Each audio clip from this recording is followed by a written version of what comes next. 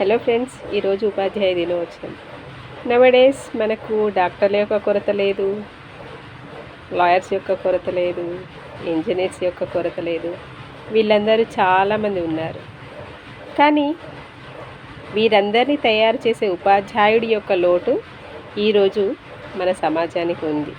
ఎందుకంటే ప్రతి ఒక్కరూ I want to become a collector, I want to become a police, I want to become a lawyer, I want to become a engineer, so ఇలాంటివే చెప్తున్నారు. కానీ ఒక్కరు కూడా I want to become a teacher అని చెప్పే పిల్లలే కరువైపోయారు.